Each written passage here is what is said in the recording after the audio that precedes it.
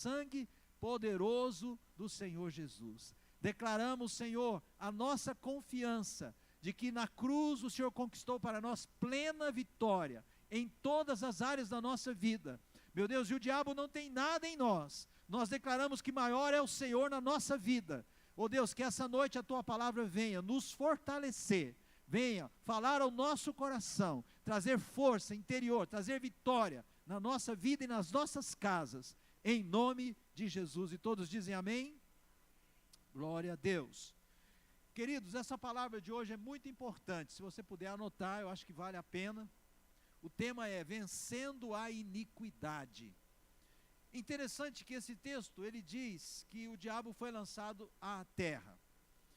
E nós vemos lá no Gênesis, no capítulo 3, quando Satanás entra na serpente e ele engana Eva, ele engana a mulher, e enganou também Adão. Os dois foram enganados, foram seduzidos pela conversa capciosa, maliciosa de Satanás. Satanás, ele é ardiloso. Satanás, ele sabe como seduzir, ele sabe como enganar de uma forma assim, muito forte as pessoas, de uma forma que as pessoas, elas não percebem que elas estão sendo enganadas. E a igreja de Jesus, nós precisamos nos preparar para enfrentar a onda de iniquidade que existe sobre a face da terra. Uma vez que Satanás, ele se rebelou contra Deus no céu, e ele foi expulso para a terra, ele veio para a terra cheio de maldade e de ódio contra Deus. Ele sabe perfeitamente que ele não pode ir contra o Senhor Deus. Mas ele quer afrontar a Deus. É bom que a gente entenda que Satanás não pode fazer nada se Deus não permite. Satanás só está solto porque Deus permitiu que ele estivesse solto. Mas Jesus já o derrotou na cruz do Calvário. Se você é leitor da Bíblia, você sabe muito bem disso. Lá no livro de Colossenses, no capítulo 2, no versículo 14, diz que Jesus na cruz o expôs à vergonha e o derrotou na cruz do Calvário. Jesus o venceu exatamente na cruz do Calvário, mas ele está solto. A Bíblia fala que um dia ele será preso, um dia ele será colocado no lago de fogo e de enxofre. Esse lago de fogo e de enxofre, nós chamamos de inferno. É um lugar de tormentos, é um lugar de ranger de dentes, é um lugar de dores, é um lugar de sofrimento eterno. Esse é o lugar que está preparado por Deus para Satanás e os seus demônios. Não para o homem, mas Satanás, ele quer arrastar o máximo de homens que ele puder arrastar, porque com isso ele está afrontando a Deus. Agora, queridos, Deus nos deu inteligência, Deus nos deu livre-arbítrio, Deus nos criou para sermos imagem e semelhança dele aqui na terra.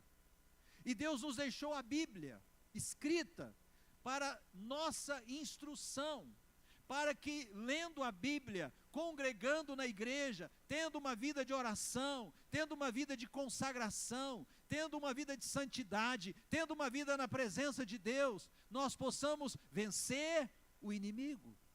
Deus permite que o inimigo venha nos tentar, e eu vou te mostrar isso aqui hoje nessa palavra, mas nós podemos vencê-lo. Fala comigo assim: eu posso vencê-lo. Esse texto que nós lemos aqui de Apocalipse, está dizendo que Satanás, ele foi precipitado para a terra, e com ele uma grande onda de pecados, porque aonde Satanás está influenciando, no ambiente onde Satanás está ali, dominando aquele ambiente, só existe miséria, só existe pecado, só existe dor, só existe morte, querido. É isso que ele traz para a vida das pessoas. E olha, isso está acontecendo no mundo todo. Satanás e os seus demônios estão trabalhando no mundo todo com um único propósito: afrontar a Deus, destruindo a criação de Deus. e de toda a criação de Deus, porque a criação de Deus toda ela é perfeita, amém ou não? Tudo que Deus fez é perfeito, mas de toda a criação de Deus, o homem é a obra-prima de Deus, porque só o homem, só o ser humano, foi feito à imagem e à semelhança de Deus. Tudo mais nessa terra que a gente admira, flores que a gente admira, animais que a gente admira, a natureza, as montanhas, mar, né? Quando a gente vai no mar, vê aquela onda, aquilo acalma, a gente olhando o barulhinho do mar, olhando o azul do mar. Em alguns lugares o mar é verde, né? No Nordeste tem alguns lugares que você olha assim, a água é verde, aquilo é lindo, aquilo acalma a gente, mas o homem está acima de tudo isso, e o homem foi criado, o ser humano, você, meu querido, você foi criado para a glória de Deus, você foi criado para carregar a glória de Deus com você. Você se alegra com isso? Dá um glória a Deus aí bem gostoso. Agora, se nós estamos neste mundo e Satanás está neste mundo aprontando, e a onda de iniquidade tem aumentado, e Jesus disse lá em Mateus capítulo 24, que nos últimos dias, por aumentar a iniquidade, o amor de muitos esfriaria, porque muitos, até mesmo crentes, se deixariam, Jesus disse, se deixariam ser levados pela onda de iniquidade, e isso fará com que o amor se esfrie nos seus corações. Agora, como que nós vamos vencer isso? Como que nós vamos vencer essa onda de iniquidade? Nós vamos vencer essa onda de iniquidade nos dispondo para guerrear as guerras do Senhor Jesus contra o pecado. Amém ou não? Primeiramente na sua própria vida. Porque, irmãos, dentro de nós tem uma natureza chamada natureza adâmica. E a natureza adâmica, uma vez que Adão foi enganado por Satanás lá no Éden, ele foi gerando filhos e filhas de acordo com a natureza dele. Então todas as gerações dos homens que foram nascendo pós-Adão, nasceram com essa natureza pecadora. Nós temos essa natureza pecadora. Lá em Romanos 3:23, a palavra do Senhor está dizendo que todos nós somos pecadores. Então nós temos que fazer guerra contra o pecado o tempo todo. Você não pode ser condescendente com o pecado, senão ele domina você. Você não pode permitir que ele te domine, mas você é que vai dominar ele no nome de Jesus. O que Satanás faz?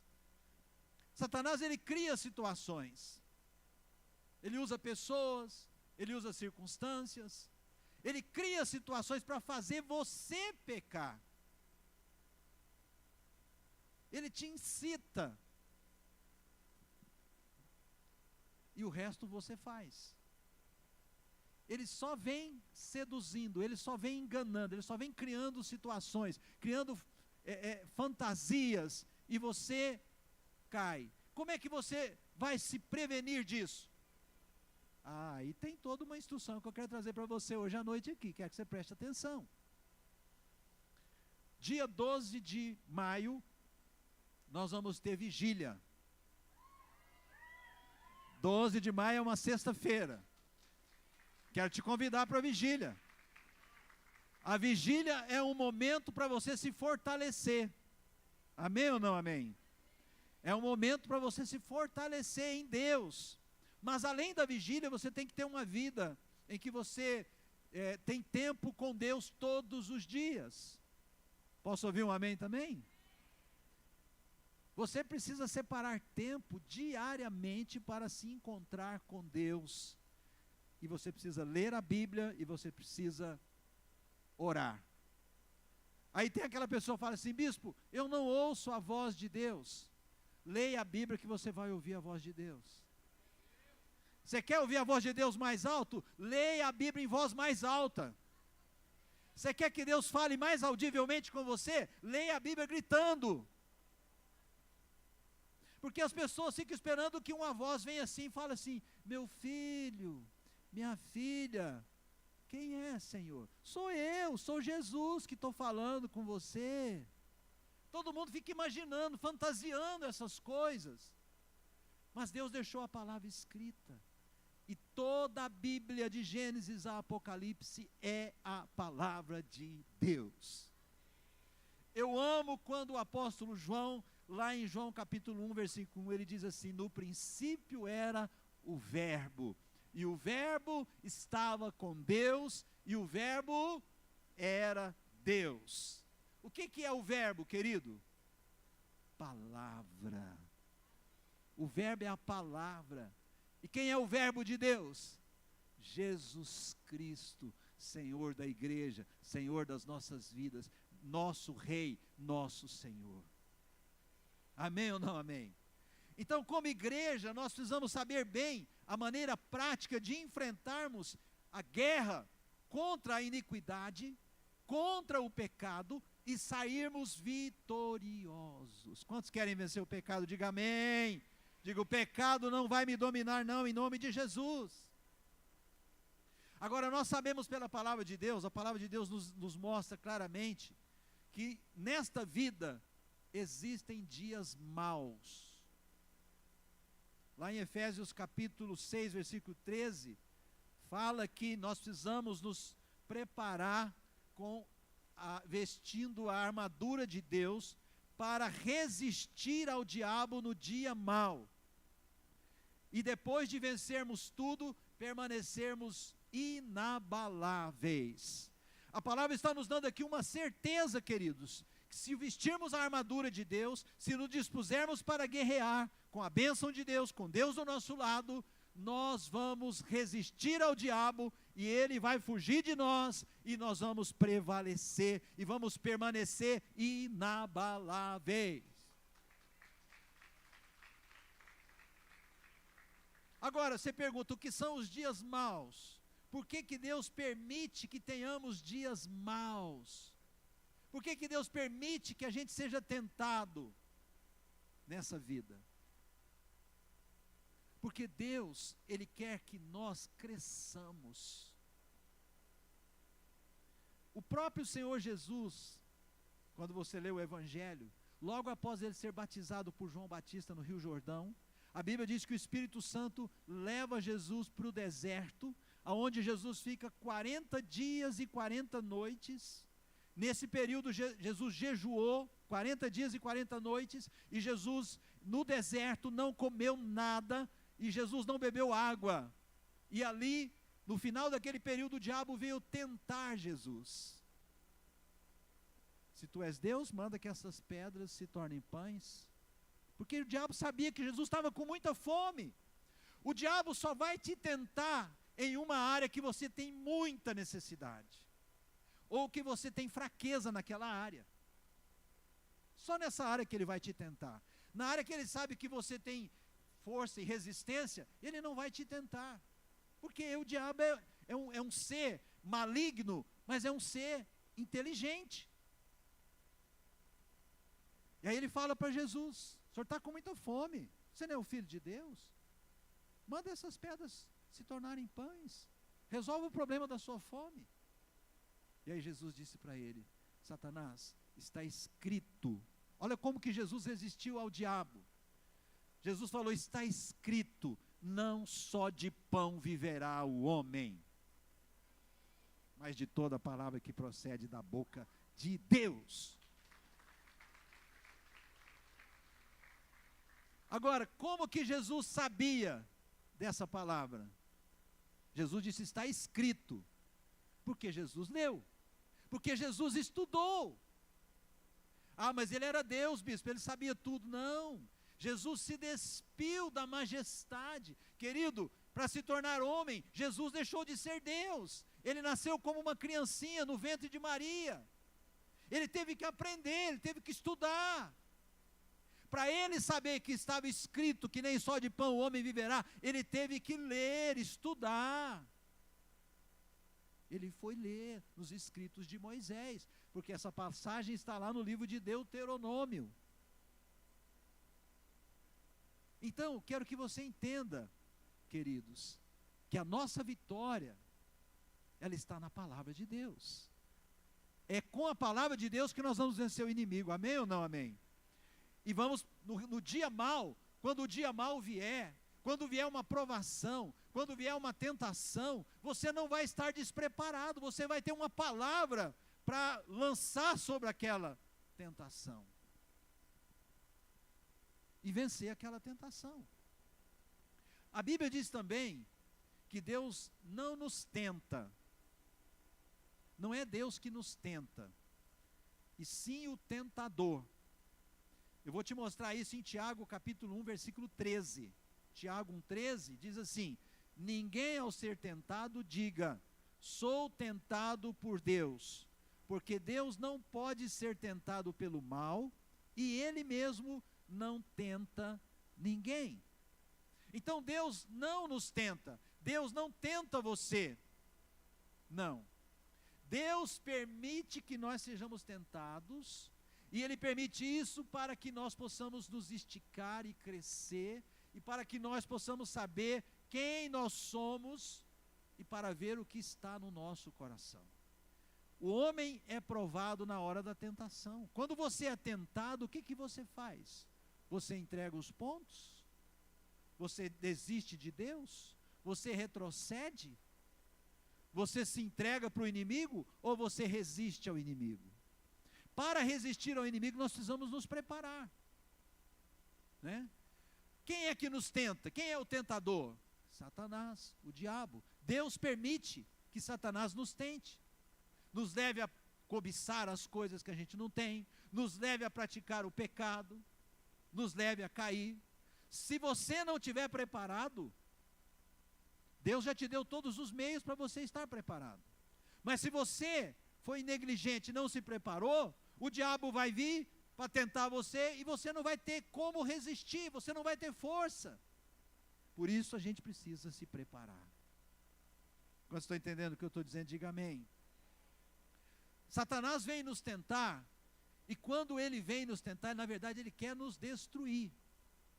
Ele nos empurra para nos destruir, ele quer nos derrubar, ele quer nos destruir, mas Deus, Ele usa aquela situação onde nós somos tentados por Satanás, para nos provar, para saber como nós reagiremos àquela situação ou às situações. Deus quer conhecer o nosso coração, porque nem eu nem você sabemos como que a gente vai reagir na hora da provação, queridos. O apóstolo Pedro, lembra do apóstolo Pedro? Andou com Jesus 3 anos e meio. Jesus, eu estou pronto para te seguir até a morte. Mas quando os soldados romanos vieram, ele estava pronto para lutar com a espada. Ele tirou a espada e cortou a orelha de um rapaz chamado Malco. Jesus pegou aquela orelha, imagina a orelha, caiu lá no chão, o sangue esguinchando aqui. Jesus pegou a orelha lá e botou aqui, sarou o rapaz. Porque a nossa guerra não é contra carne e sangue, mas contra principados e potestades. Pedro achava que ele estava pronto. Pedro andou 3 anos e meio com Jesus. Pedro andou sobre as águas e ele achava que ele estava pronto. Mas na hora que a coisa ficou feia, que os inimigos vieram para valer, Pedro afinou, irmão. Pedro afinou. Depois que Jesus foi preso, depois que passou esse momento lá do jardim, Jesus estava lá na casa de Caifás, era de noite, estava fazendo um frio.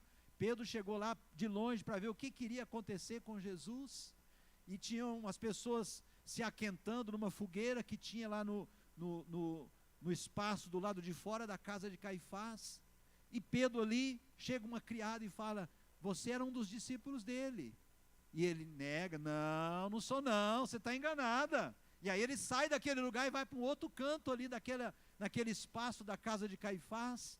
No outro lugar passa outra pessoa, fala, você era discípulo dele. Ele diz, não sou, e sai para o outro lugar.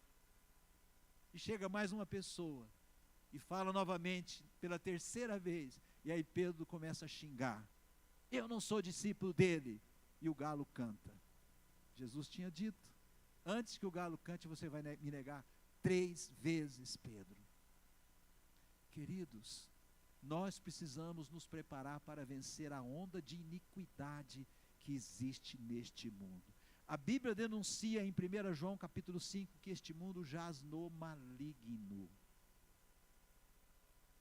Nós precisamos ter ciência disso. Você precisa saber disso, querido. Você precisa ter cuidado com o mundo, né? Esse mundo que nós vivemos não é inocente, muito pelo contrário. Então Deus permite a tentação para nos provar.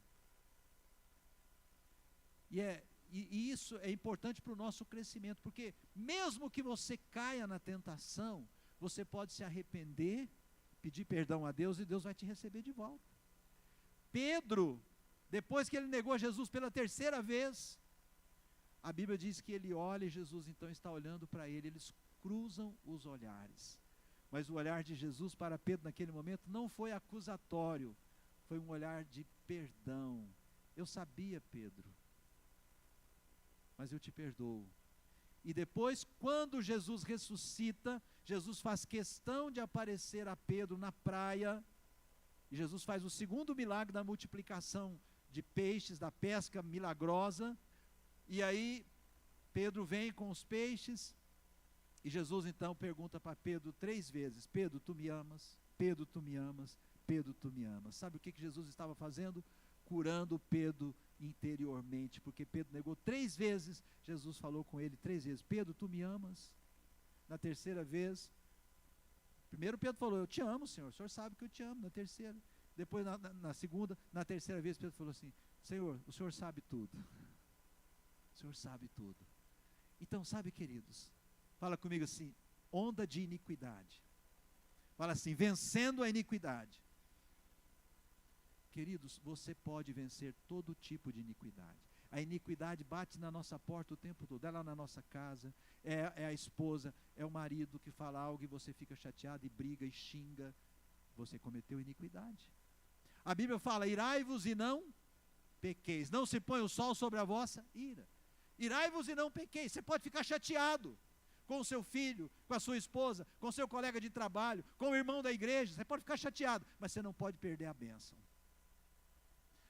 Se você ficar chateado e ficar caladinho, por isso você precisa do batismo do Espírito Santo. Fica caladinho, mas fala em língua. Orabashiri, canta labarashiri, anda labarashiri. Você começa bravo, porque você queria xingar, mas você começa a falar em línguas. Aí você começa a falar alto em línguas, vai extravasando tudo, daqui a pouco você está assim, você está calminho, você está bom. Aí se você ficou chateado com a esposa, com o marido, aí você chega e fala, meu bem, te amo tanto.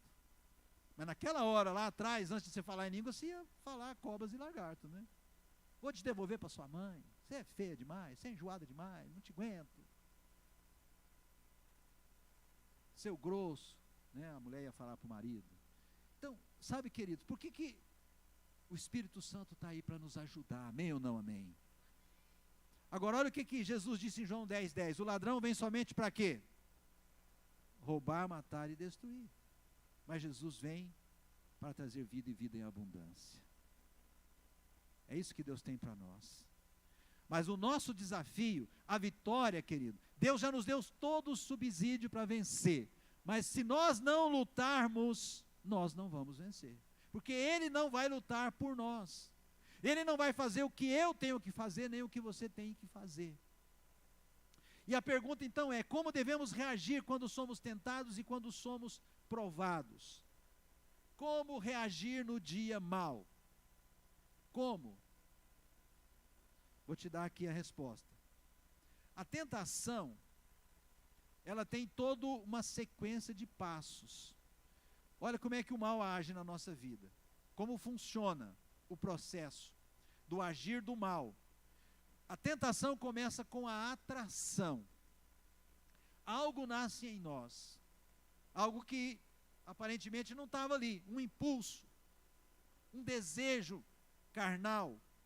Talvez antes a gente não estava sentindo nada daquilo. Mas agora aquilo está forte dentro da gente. Um sentimento, um desejo de fazer algo que a gente não devia. É um desejo carnal, né? Então essa coisa nos atrai, é a atração. Nós somos atraídos para fazer algo que a gente sabe, que a palavra de Deus diz que não é bom, que aquilo vai desagradar a Deus, que aquilo é carne, que aquilo é pecado. Então, primeiro ponto, somos atraídos. Se a gente não vence nesse primeiro momento, se a gente não vence a atração, aí vem a sedução. O momento da sedução é quando a pessoa já está presa àquela situação. Ela já está amarrada na situação. Aí ela está em harmonia com a situação. Há um ajustamento dela com aquela situação, né? Aí ela começa a arrumar desculpa e as explicações aparecem para ela justificar para as pessoas, para ela mesma, por que ela está aceitando aquilo na vida dela. Aquilo que era inadmissível até então, a pessoa começa a aceitar agora que pode acontecer com ela, né? Então esse é um processo na sedução que a gente chama de processo de autoconvencimento. A pessoa vai trabalhando na mente dela, não, mas o que tem se eu fizer?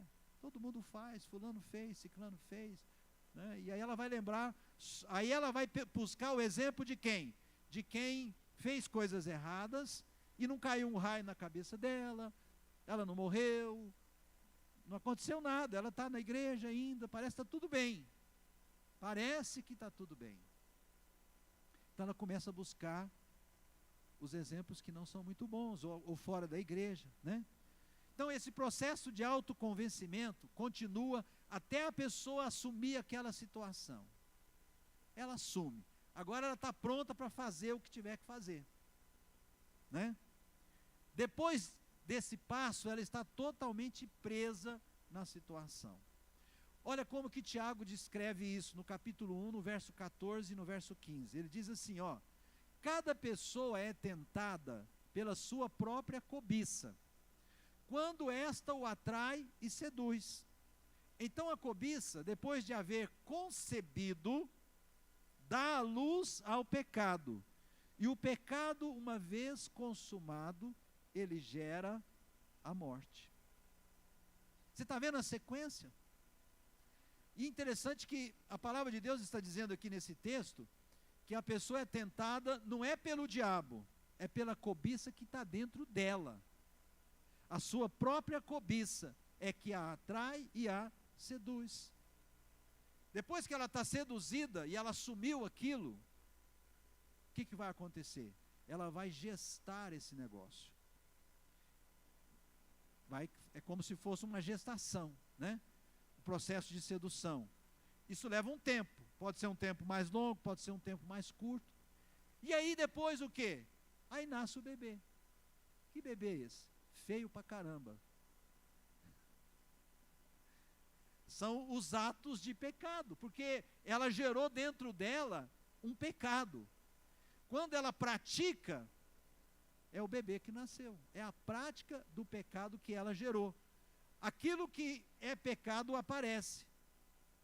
É interessante que muitas vezes a gente ouve falar de pecados que nos impressionam, né? E aí a gente fala assim, nossa, mas que coisa, como é que a pessoa foi capaz de fazer isso? Recentemente a gente viu aquele cidadão que entrou lá naquela escola em Blumenau e assassinou criancinhas. Como é que uma pessoa é capaz de fazer isso?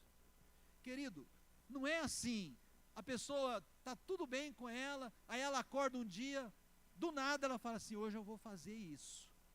Não, aquilo já vinha sendo trabalhado na mente dela, já estava ali, no pensamento, até que ela aceitou aquilo e falou, não, eu vou fazer. Mas olha, teve um processo para chegar nesse ponto. Vocês estão entendendo o que eu estou falando? Não surge de uma hora para outra. Foi gestado, foi gerado, gastou-se um tempo ali. Nós nos impressionamos com o pecado depois que ele dá a luz. Mas ele foi gerado por um tempo, por um processo. E depois, por último, depois que o pecado é gerado, vem o quê? A morte. Quando Adão e Eva comeram do fruto proibido, o que aconteceu? Eles morreram espiritualmente, eles perderam a intimidade com Deus.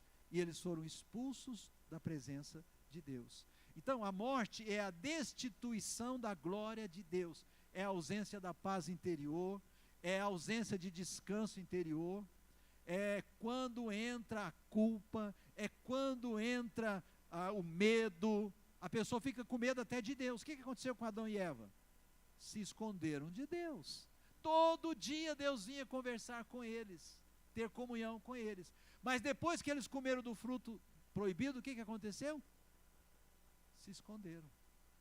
Deus veio, chamou por Adão, Adão, Adão, Adão, onde é que você está? Ele estava o quê? Escondido. E ele aparece e fala, Senhor, eu estava nu e me escondi porque eu tive medo.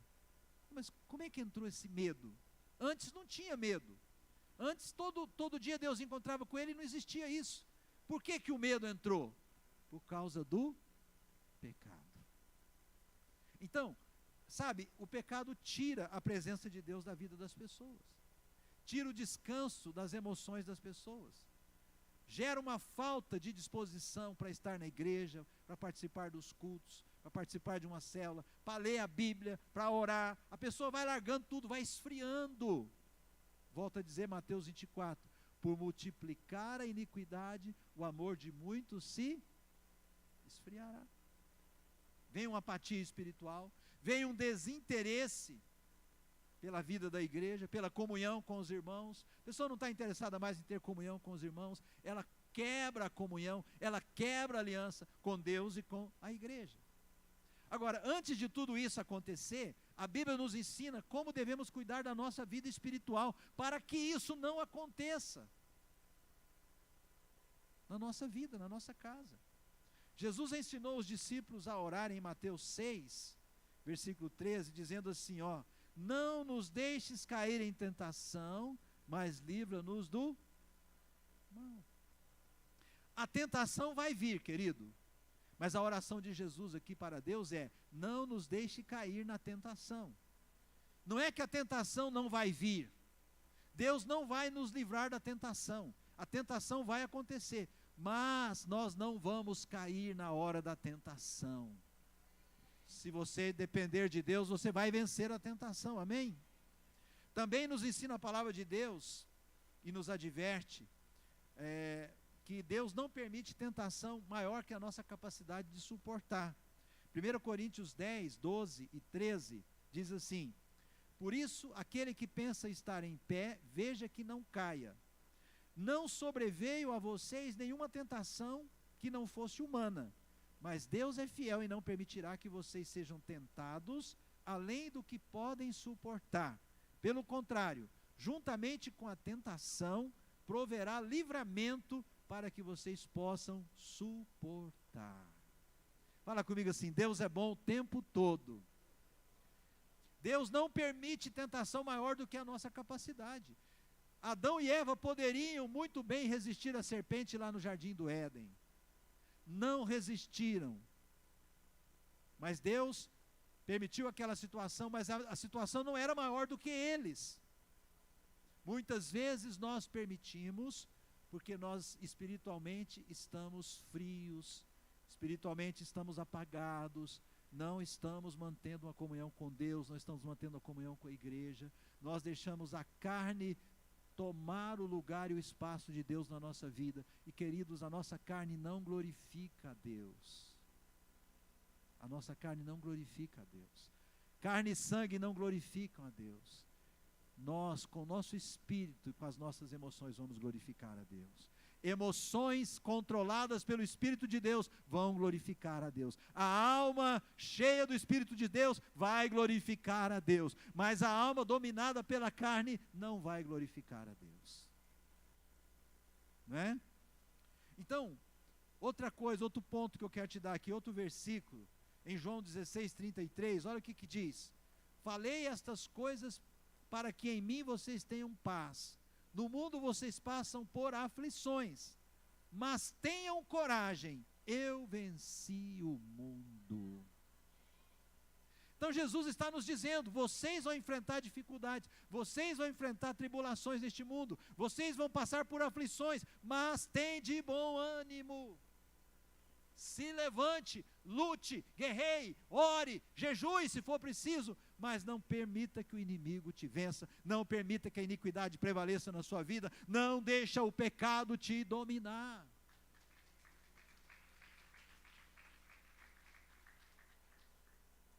Resistir é mais do que simplesmente suportar. Resistir é algo que Deus quer para nós, e Ele quer que nós exercitemos a nossa vontade para resistir. Para resistir ao diabo, você tem que enfrentar ele. Para enfrentar o diabo, você tem que estar firme em Deus. Você tem que guerrear contra ele. Você não vai na sua força, querido, porque se você for na sua força, você vai perder. Você vai apanhar feio. Nós enfrentamos o inimigo na força do Senhor.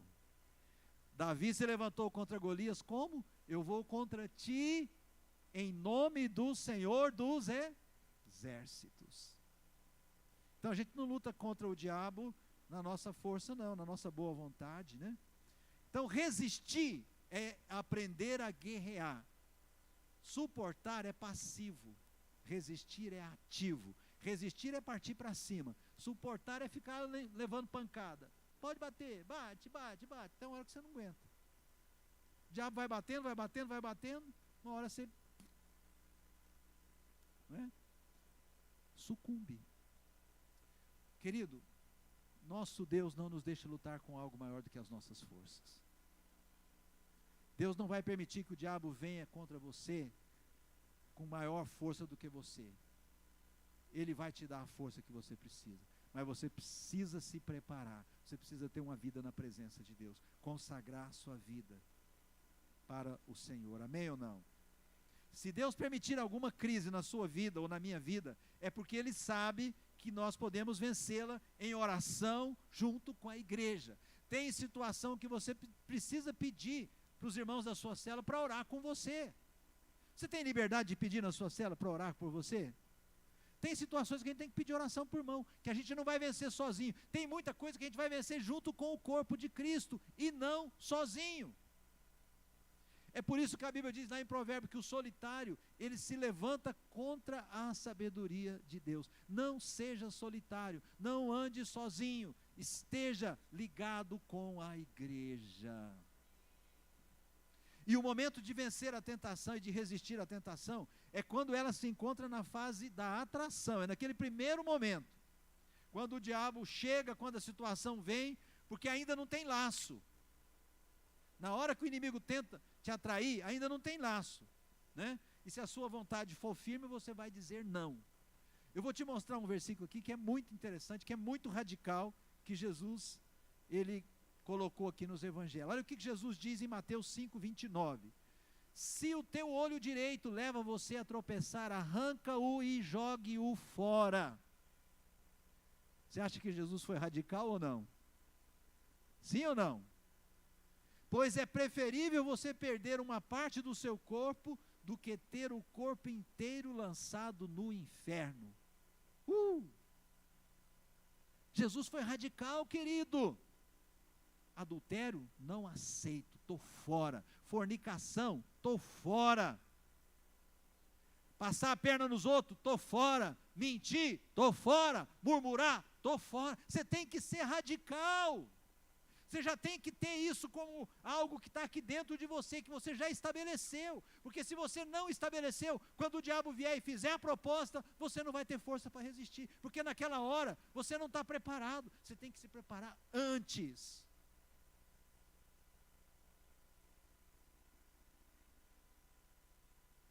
É isso que Jesus está falando, seja radical. Se o teu olho te faz pecar, arranca ele, joga ele fora.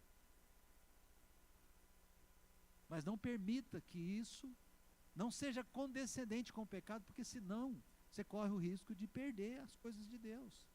Então a saída que nós temos, querido, é dizer não ao pecado. E isso é resultado de um ódio que a gente precisa construir contra o pecado. Eu odeio o pecado. E aí você precisa saber quais áreas de fraqueza você tem. E você precisa construir muros nestas áreas de fraqueza. Se você é uma pessoa que se ira facilmente, daquela que não leva desaforo para casa, né? Diz que lá no Nordeste, Jesus ensinou, né, que a gente deve bater, e aí você dá outra face, né? Você bateu na face, você dá outra. Aí o irmão falou para o outro assim, que brigou, xingou ele, falou, ó, pode bater aqui, bateu, e aí só que ele pegou outro versículo, né? Bater e abrir-se-vos-á. Aí o cara bateu nele, ele pegou uma peixeira e abrir-se-vos-á, e furou o outro. Interpretou o versículo à moda dele, né? Bater, esse é o irmão do Nordeste, da peixeira, né? Então, queridos, você tem que ter um ódio ao pecado, você tem que estar preparado quando o pecado bater na sua porta, e você não sabe que hora que ele bate, ele pode bater na hora que você menos espera. Se você não está preparado aqui, né, o diabo está aí, então, o tempo todo para fazer isso, para gerar situações que vão gerar crise na nossa vida, mas nós não vamos deixar isso acontecer em nome de Jesus. Nas crises nós vamos estar preparados, nós não vamos negar o Senhor, amém ou não? E nós vamos estar preparados, vamos dizer, não, esse caminho eu não vou não, esse caminho eu conheço, em nome de Jesus. Para terminar, quero chamar o pessoal do louvor aqui. A palavra de Deus nos mostra algumas atitudes que devemos ter com o pecado. Eu vou te passar aqui uma lista, mas eu vou ler mais rapidamente. Primeiro, ódio.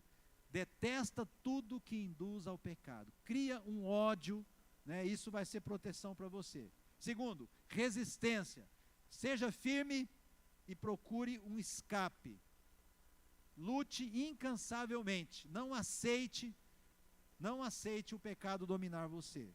Terceiro, aborrecer. Deteste o mal. Deteste tudo aquilo que te afasta de Deus. Deteste. Tenha ódio daquilo que pode te afastar de Deus. Outro passo, não seja condescendente, não tolere, não aceite o pecado de forma alguma.